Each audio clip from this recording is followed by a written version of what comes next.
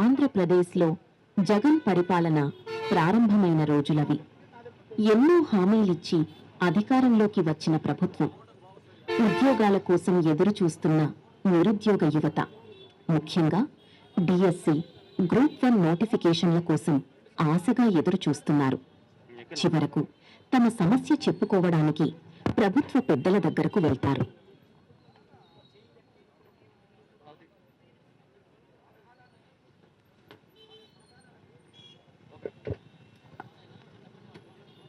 అయ్యా, డిఎస్సి ఇవ్వండి అయ్యా, గ్రూప్ 1 నోటిఫికేషన్ ఇవ్వండి. ఉద్యోగాలు లేక చాలా ఇబ్బందులు పడుతున్నాం. ఎవరా మీరంతా? అసలు ఎవరు అనిచారు వెళ్ళి లోపలికి? పోరా బయట. డిఎస్సి లేదు, ఏం లేదు, వెళ్ళండి. అయ్యా, అలా మాట్లాడకండి అయ్యా. జగనన్న కోసం మేము ఓట్లేసాం. ఉద్యోగాలు వస్తాయని నమ్మాం. ఎవర్రా మీరంతా? బయటికి వెళ్ళండి. ఉద్యోగం లేదు, ఏం లేదు, బయటికి వెళ్ళండి. అయ్యా, మీరు అలా అంటే ఎలా అయ్యా? ఉద్యోగాలు లేక మేము చాలా కష్టాల్లో ఉన్నాం.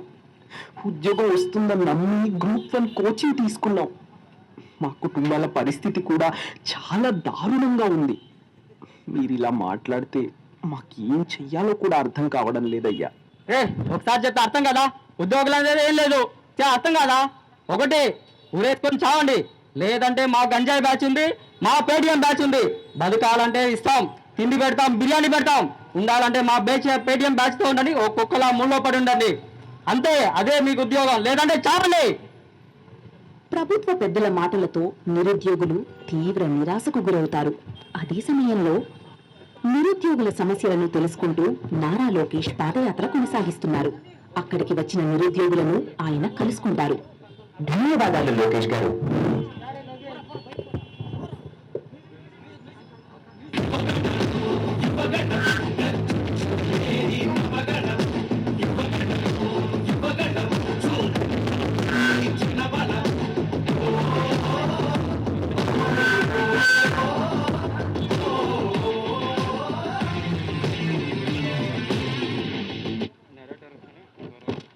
మీ సమస్య మాకు అర్థమైంది. ఉద్యోగాల కోసం మీరు పడుతున్న కష్టాలు మాకు అర్థమవుతున్నాయి.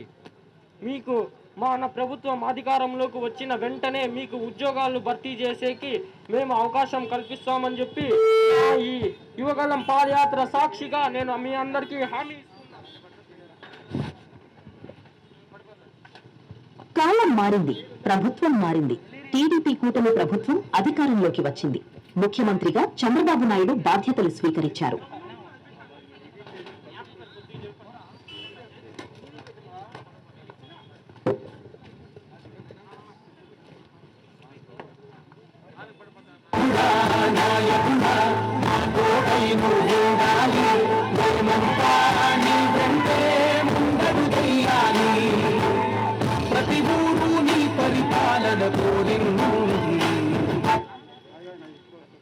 అమ్మేగా డిఎస్సి ఫైల్ తీసుకురండి.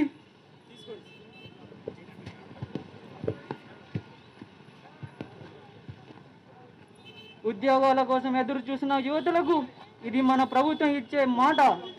దీని మీద ఈ మెగా డిఎస్సి మీద నేను తొలి సంతకం చేస్తున్నానని తెలియజేస్తున్నాను.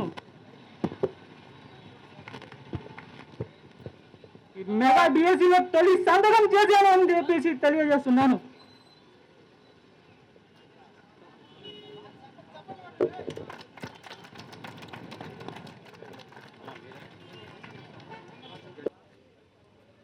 ఈరోజు చూస్తే అభినయ్ రెడ్డి నువ్వు గడుగునా ఈ కూటమి ప్రభుత్వానికి ఆటంకులు తీసుకురావాలని మొదటి రోజు నుంచి చెప్తా ఉన్నా. ఈరోజు డిఎస్సి పేరుతో నేను చేయమన్నటువంటి పనులు నువ్వు చేయట్లేదు. ఈరోజు జంజీ పేరుతో రాష్ట్రంలో కార్యక్రమాలు చేస్తూ ఉన్నారు. ఇప్పుడు ఈ డిఎస్సిని ఎలాగైనా తప్పుదో పట్టించి ఈ డిఎస్సి ముందుకు పోకుండా చూసుకునే బాధ్యత నీకు అప్పగిస్తా ఉన్నాను. నువ్వు ఎలా చేస్తావు వినయ్? అన్నా, ఒకప్పుడు తిరుపతిలో ఈ ఎస్వి యూనివర్సిటీ లైబ్రరీ ముందు మన బ్యాచ్ ఉండేదన్నా. పిలిస్తే పరిగెత్తుకొని వచ్చేవాళ్ళన్నా. అంతేకన్నా తిరుపతిలో ప్రతి యువత, ప్రతి జంజీ నా వెనకాల ఉండేవాళ్ళు. ఆయన ఎప్పుడైతే ఈ కూటమి ప్రభుత్వం చంద్రబాబు నాయుడు గారు డిఎస్సి మీద మొదటి సంతకం పెట్టి మరి ఇంకో డిఎస్సికి నోటిఫికేషన్ వదిలారు, అప్పటి నుండి మన మాట వినట్లేదన్నా. అందరూ జాబుల్లో ఉండిపోతున్నారన్నా. అన్నా మాకు ఉద్యోగాలు వచ్చింది, ఆ రోజు మీ ఇంటి దగ్గర వస్తే ఊరేసుకొని చావండి, లేదంటే మా గంజాయి బ్యాచ్లో ఉండని అన్నారు. ఇవాళ మా బాబు వచ్చారు, మా లోకేష్ బాబు వచ్చారు, మాకు ఉద్యోగాలు ఇచ్చారు, మేమెందుకు మీరు అంటున్నాలి అని క్వశ్చన్ చేస్తున్నారన్నా, నిలదీస్తున్నారన్నా. ఇంటి ముందు వెళ్తుంటే రోడ్లో నడుచుంటే కూడా వెళ్తే పట్టించుకునే వాళ్ళు లేరన్నా. ఒకప్పుడు నా వెంట పేటిఎం బ్యాచ్, గంజాయి బ్యాచ్, ఒక సైన్యం, నేను వెళ్తుంటే దారిలో ఒక సైన్యం నిలబడేదన్నా. ఇప్పుడు నేను వెళ్తుంటే అసలు చాలా దారుణంగా ఉందన్న, కుక్కలు కూడా పరిస్థితి. ఎక్కడో ఒక చోట పట్టుకొని డిఎస్సిని ఆపేయమని చెప్పాను. కనీసం స్పోర్ట్స్ కోటాలో ఆపలేని శక్తి ఈరోజు మీకు ఉండదు. అదే పులివెందలో అయితే ఈసారి చుక్కలు చూపించేవాడిని. మీకు చెప్పాను, కనీసం స్పోర్ట్స్ కోటాలో చూపించి డిఎస్సిని ఆపని చెప్పేసి, అది కూడా చేత కాలేదు మీకు. అన్నా ఏది కూడా ఒకప్పుడు మన పార్టీ ఉన్నప్పుడు మన పార్టీ నాయకులు సైరు విసేయాలన్నా, ఇప్పుడు వాళ్ళ పార్టీలో అలా లేదన్నా. డైరెక్ట్గా ఆఫీసర్లు, ఐఏఎస్ ఆఫీసర్లే సవాల్ విస్తున్నారన్నా. చర్చకు మీరు సిద్ధమా, మేము సిద్ధం అంటున్నారన్నా. అసలు ఏ పోరుబాటు లేకుండా మనం నిర్వహించామన్నా. మన లక్షల్లో జాబులు నిర్వహించాం, అందులో ఎన్నో తోటుబాట్లు. పార్టిసిపేషన్ చేసిన వాడికి జాబులు ఇచ్చాం, వాళ్ళు అలా కాదన్నా. సర్టిఫికేట్ ఉన్న వాడికే జాబ్ ఇచ్చారు, వీటి క్లియరెన్స్తో మొహం మీద చూపిస్తున్నారన్నా. ఏ మొహం పెట్టుకొని వాళ్ళని అడగాలనిపిస్తుందన్నా. ఏదో అప్పటికి బురద చల్లుతున్నామన్నా. నువ్వు చెప్పింది నిజమే అభినయ్. మనము ప్రభుత్వము అధికారంలో ఉన్నప్పుడు చంద్రబాబు లాగా ఆలోచించి ఉంటే, నారా లోకేష్ మాదిరి ఆలోచించి ఉంటే ఖచ్చితంగా మన పార్టీ ముందుకు పోయేది. నేను సజ్జలను నమ్ముకొని ముందుకు వచ్చాను, కరుణాకరెడ్డి నమ్ము ముందుకు వచ్చాను. ఈరోజు రాజకీయంగా భూస్థాపితమైనాను. నా ప్రభుత్వం వచ్చిన తర్వాత మీరు ఆంధ్ర రాష్ట్రంలో కంటే బెంగళూరులోనే ఎక్కువ పబ్జీ ఆడుకుంటూ ఉన్నారన్న. మీరు అక్కడ ఉంటే ఇక్కడ ఇలా జరగకుండా ఇంకెలా ఉంటుందన్న? మొత్తం మీదే అన్న. ఈసారి ఖచ్చితంగా మనదే పార్టీ వస్తుంది. Thank you. Thank you.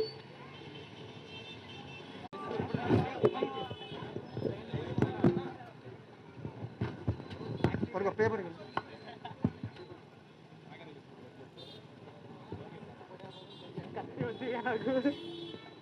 అందరు ఎలా ఉన్నారు? అక్కలకు చెల్లెలకు అందరు కూడా చెప్తా ఉన్నాం. కరుణాకర్ రెడ్డి గారు స్టేజ్ మీదకి రావాలండి. అభినయ్ రెడ్డి గారు, సజ్జల గారు, మీరేం చేస్తారో నాకు తెలీదు.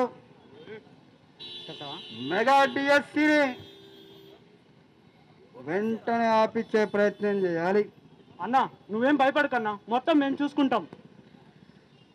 అలాగే కోర్టుకి వెళ్తారో తెలీదు, ఇంకెక్కడికైనా వెళ్తారు. మెగా డిఎస్సి ఆగిపోవాలి. నా డిఎస్సి మీద 100 కాదు 200 కేసులైనా వేసి ఎలా అయినా ఈ డిఎస్సి జరగకుండా తప్పగా చూసే బాధ్యత మా గంజాయి బ్యాచ్ అన్నా. మీరు ప్రశాంతంగా బెంగళూరులో వెళ్ళి పబ్జీ ఆడుకోండి అన్నా. ఖచ్చితంగా చెప్తా ఉన్నాం. మెగా డిఎస్సిని ఆపినప్పుడే తరువాత ప్రభుత్వం మాదనని చెప్తా ఉన్నా. ధన్యవాదాలు. జై జగన్, గంజా జగన్. హలో లాయర్ గారు,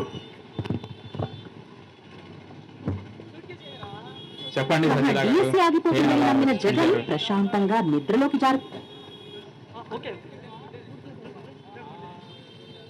చెప్పండి సజ్జల గారు. డిఎస్సి ఆగిపోతుందని నమ్మిన జగన్ ప్రశాంతంగా నిద్రలోకి లాయర్ గారు మీరేం చేస్తారో నాకు తెలియదు. ఈ మెగా డిఎస్సి ఆగిపోవాలి. ఏం కేసు వేస్తారో నాకు తెలియదు.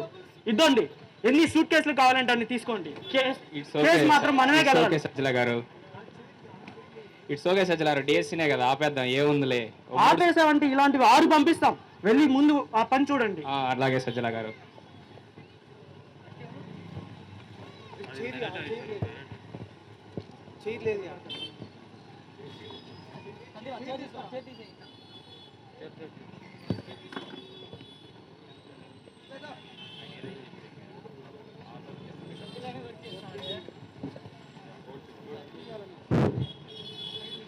కోర్టు సి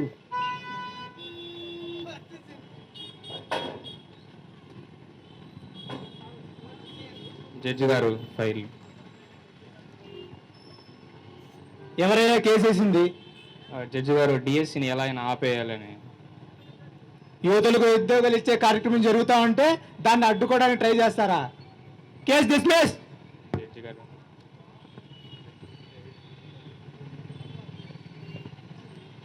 కోర్టు నుంచి వరుసగా మొట్టికాయలు పడటంతో వైసీపీ నేతలు వెనక్కి తగ్గి వెళ్లిపోయారు.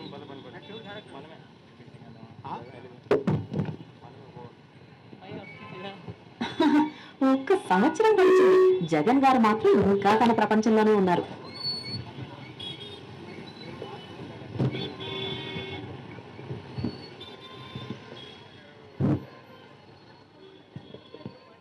చూస్తూ ఉండగానే సగం సంవత్సరం నడిచిపోయింది.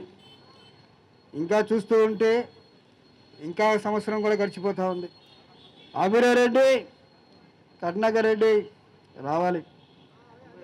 రాష్ట్రంలో విశేషాలేంటి, రాష్ట్రంలో జరుగుతున్న పరిస్థితులు ఏంటి ఒక్కసారి నాకు వివరించండి. అన్న, రాష్ట్రంలో రోజు రోజుకి పెట్టుబడులు వస్తున్నాయన్న, అభివృద్ధి జరుగుతుంది. ఇలానే ఉంటే ఈ కూటమి ప్రభుత్వాన్ని మనం ఓడించలేమన్నా. మనం ఇంకా మన పార్టీని మూసుకోవడమే మంచిదేమో.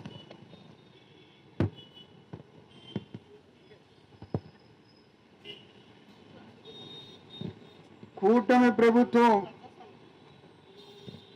ఎన్ని చేసినా మన ప్రభుత్వం వచ్చాకనే మళ్ళీ మారుతాయి. ఇప్పటికీ మీరు వేసిన కేసులు ఏమయ్యాయి? సజ్జల, ప్రభుత్వం చేసే పనులన్నీ ఆపమని చెప్తున్నాను కదా, మీరెందుకు చేయడం లేదు? అన్న, మనం కోర్టులో వేసిన అన్ని కేసులు కొట్టేశారన్న. ఇక మన మనుగడ కొనసాగించలేమేమో అనిపిస్తుంది అన్న. రోజు రోజుకి అభివృద్ధి పనులు జరిగిపోతున్నాయి. విశాఖపట్నాన్ని పునర్నిర్మిస్తున్నారు, అలానే భోగాపురం ఎయిర్పోర్ట్ కడుతున్నారు, ఇంకా అమరావతిలో రాజధాని పనులు జరుగుతున్నాయి. ఇలా రాజధాని పనులు జరుగుతున్నాయి. ఇంకా పాఠశాలను మారుస్తున్నారు, క్రీడలను అభివృద్ధి చేస్తున్నారు, పరిశ్రమలు తీసుకొస్తున్నారు. ఇలా పోతే మనకెవరు ఓటేసే వాళ్ళు ఉండరన్న. రైతుల నుంచి మహిళలు అందరూ వాళ్ళకే ఓటేస్తారన్న. ఇంకా మీరేమో మీ పార్టీకి మీరు పబ్జీ ఆడుకుంటూ బెంగళూరులో ఉంటున్నారు. నేను పబ్జీ ఆడతాను, క్యాండీ క్రష్ ఆడతాను, అవన్నీ సీఎం భవన్లో చూసుకుందాం. కరుణాకర్ రెడ్డి గారు, మీరు టీడీఆర్ భవనంలో చేసినటువంటి మోసాలు మాకు తెలుసు. బాగా డబ్బు సంపాదించారు. ఈసారి పార్టీకి కొత్త తరం తీసుకురావాలనుకుంటా ఉన్నాను. ఇప్పుడు పార్టీ కష్టాల్లో ఉంది. ఆడుకోవడానికి మీ వంతు సాయం మీరు చేయాలి. మీరు దోచిపెట్టిన సొమ్మునంతా వైసీపీ ప్రభుత్వానికి ఇచ్చేయాలి. ఏమంటారు కరుణాకర్ రెడ్డి గారు? తిరుపతిలో ఉన్నంత సొమ్ము అంతా మేమే దోచుకున్నామన్నా. టీడీఆర్లో కానీ అన్నిట్లో కానీ, టీటీడీ దాంట్లో కానీ అన్నిట్లో కానీ మన చెయ్యే ఉంది దోచుకో విషయంలో. ఇప్పుడు నాకు కొత్త రక్తం కావాలి. ఏం అభినయ్, ఏమనుకుంటున్నావు? అన్నా తిరుపతి దరిదాపుల్లో కాదు, తిరుపతి మొత్తం, తిరుపతి పక్కన మాకున్నంత ఏకరాలు కానీ, మాకున్నంత డబ్బు కానీ ఇంకెవరికి లేదన్నా. అంతేకాదన్నా, రాష్ట్రంలో ఏదైనా సిండికేట్ ఉందంటే అది మాదే అన్నా. మా గంజాయి సిండికేట్ దాటి రాష్ట్రంలో ఎవడు కానీ గంజాయి అమ్మలేడన్నా. ఆ గంజాయి అమ్మిన సిండికేట్లో వచ్చిన డబ్బు నా కాడ కోట్లల్లో ఉందన్నా. పార్టీ కోసం పెడతా అన్నా. అంతేకాదు, తిరుపతిలో రోడ్లు వేయించి ప్రతి కమిషన్లో నాదే ఉందన్నా. సెంట్రల్ అయినా స్టేట్ అయినా నా కమిషన్ నాకు వస్తుందన్నా. ఈ డబ్బుతో నేను పార్టీకి పెట్టి పార్టీ ముందుకు తీసుకెళ్తా అన్నా. నువ్వు చెప్పింది కరెక్టే అభినయ్. ప్రతి విషయంలోనూ నువ్వు చేస్తూ ఉన్నావు. ఈరోజు చూస్తే తిరుపతిలో జరుగుతున్నటువంటి మొత్తం అంతా కూడా అభినయ్ రెడ్డిదే. అలాగని చెప్పేసి నువ్వు చెప్పింది కరెక్టే. ప్రజలు నువ్వు అబద్ధం అని చెప్తే అబద్ధం అంటారు, నిజం అంటే నిజం అంటారు. వాళ్ళకి అబద్ధాలు చెప్పాలి, మోసాలు చేయాలి, ఇవన్నీ చేస్తూ ఉండాలి. సో మీరందరూ కూడా మీడియాలో ప్రచారం చేయండి. పేటీఎం బ్యాచ్ని మేలుకొల్పండి, గంజాయి బ్యాచ్ని కూడా మేలుకొల్పి రాష్ట్ర ప్రజలపైన ఉసుగొల్పేటువంటి ప్రయత్నాలు మీరు చేయాలి అభినయ్. అన్నా, మీ బ్లెస్సింగ్తో తిరుపతిలో డిప్యూటీ మేయర్గా ఉన్న నేను, మీ బ్లెస్సింగ్స్ అన్నా డిప్యూటీ చీఫ్ మినిస్టర్ అవుతా అన్నా. మీ ఆశీస్సులు ఎలా ఉండాలని కోరుకుంటున్నా అన్న. తప్పకుండా విని నేను డిప్యూటీ సీఎంని చేస్తానయ్యా. లవ్ యూ అన్న. సజ్జల, చెప్పండి అన్న. ఇంకా రాష్ట్రంలో మన గురించి ఏమనుకుంటా ఉన్నారు? అన్న ఏమనుకుంటారేంటన్నా, అప్పుడు మీరు ప్రవేశపెట్టిన ఈ భూము ప్రెసిడెంట్ మెడలు స్పెషల్ స్టేటస్తో ఇలాంటి వాటిలతో మనం పబ్బం గడిపాం. ఇప్పుడు మద్యం పాలసీలో మార్పులు తీసుకొచ్చారు. P4 పథకాన్ని తీసుకొచ్చి పేదల్ని అభివృద్ధి చేయాలని చూస్తున్నారు. మహిళలకి డ్వాక్రా రుణాలు ఇస్తున్నారు. ఇలా చేస్తూ ఉంటే మహిళలు అందరూ వాళ్ళకే ఓట్లేస్తున్నారు. ఇంకా మీ ఇష్టం అన్న. అంత చేశాడా చంద్రబాబు నాయుడు? ఏ అభినయ్, నీ గంజాయి బ్యాచ్ ఏమైంది? గంజాయి బ్యాచ్ తెలీదా? అన్న రాష్ట్రంలో కాదు దేశంలోనే నా పేటిఎం బ్యాచ్ గంజాయి బ్యాచ్ మించింది లేకుండా ఉండింది అన్న. ఎప్పుడైతే ఈ కూటమి ప్రభుత్వం వచ్చిందో ఈ చంద్రబాబు నాయుడు గారు కానీ నారా లోకేష్ గారు కానీ 24 గంటలన్నా మన పేటిఎం బ్యాచ్ మీద గంజాయి బ్యాచ్ మీదే పెట్టారన్న. రాష్ట్రంలో ఎక్కడా కానీ గంజాయి తినడం కాదు గంజాయి బయటికి తీస్తేనే గజ గజ అనుకుంటున్నారన్న. మన వాళ్ళంతా ఎక్కడ వెళ్ళిపోయారో తెలియదన్నా. ఒక్కరు లేరు. పక్క రాష్ట్రాల్లో వెతుకుతుంటే దొరకట్లేదన్నా. కానీ నాకు తెలిసి దేశం కూడా వదిలి వెళ్ళిపోయినట్టున్నారు. ఒకప్పుడు పోలీసులు వస్తే ఆ జీప్ సైరన్ అన్నా వచ్చేదన్నా. కానీ ఇప్పుడు ఈ డ్రోన్లు పంపిస్తున్నారన్నా. అది ఎటువైపు నుంచి వస్తుందో తెలీదు, ఎలా వస్తుందో తెలియదు అన్న. వాటికి టైం లేదన్నా. ఈ పోలీస్ డిపార్ట్మెంట్ 24 గంటలు పనిచేసేది. కానీ ఈ డ్రోన్లు 24 కాదు 7/24 అన్నా 24 అవర్స్ జోన్లతో నిఘా పెడుతున్నారన్న. గజ గజ వణిగిపోతున్నా అన్న. ఇంకా ఎక్కడ గంజా బ్యాచ్ అన్న. అంటే తిరుపతిలో గంజాయి అమ్మే కూడా పర్మిషన్ లేదంటారు? పర్మిషన్ కాదన్నా, తిరుపతి కాదు రాష్ట్రంలో ఎక్కడా కానీ గంజాయి చుక్క కనబడినా ఒక్కొక్కటి గజ గజ వణికేలాగా చేస్తున్నారన్నా. నీ మాటలు వింటా ఉంటే ఖచ్చితంగా చదువుకున్న వాళ్ళు, చదువు లేని వాళ్ళు, మహిళలు, విద్యార్థులు, యువత, నిరుద్యోగులు అందరూ కూడా ఈరోజు కూటమి ప్రభుత్వానికి సపోర్ట్ చేస్తూ ఉన్నారు. ఇప్పుడు చివరికి రైతులు కూడా కూటమి ప్రభుత్వానికి సపోర్ట్ చేస్తూ ఉన్నారు. నిజంగా నెక్స్ట్ పార్టీని తలుచుకుంటే భయమవుతా ఉంది. పార్టీ వస్తుందా అని చెప్పి భయమవుతా ఉంది. సజ్జల, ఇప్పుడు చెప్పు, నెక్స్ట్ ఏ కార్యక్రమాలు చేస్తే బాగుంటుంది? అన్న మీరు తొందరపడకండి అన్న. నేను మీకు ఏదో ఒక సలహా ఇస్తాను. మీరు వెళ్ళి ప్రశాంతంగా పడుకోండి. నువ్వు ముసలివాడు అయిపోయావు సజ్జల. నీ మాటలు, నీ సలహాలు విని నేను 11 సీట్లుగా పరిమితం అయిపోయాను. అన్న నేను ఉన్నాను కాబట్టి ఆ 11 అయినా వచ్చాయి. నువ్వే ఉండుంటే పులివెందుల డిపాజిట్ కూడా వచ్చేది కాదు. మనం ఏంటి సజ్జల ఇంత మాట అన్నావు? నేను ఈ రాజకీయాలు తప్పుకొని నేను పబ్జీ ఆడుకుంటా. అన్న నేను కూడా ఆన్లైన్ ఉన్నా అన్న. అన్న అన్న అన్న అన్న రిక్వెస్ట్ అన్న. అన్న యాక్సెప్ట్ చేయండి అన్న. పబ్జీ అన్న. బ్యాక్ సైడ్ వెనకమాల వేస్తాడు అన్న. థ్యాంక్ యూ అన్న. Thank you. వెనకమాల రైట్.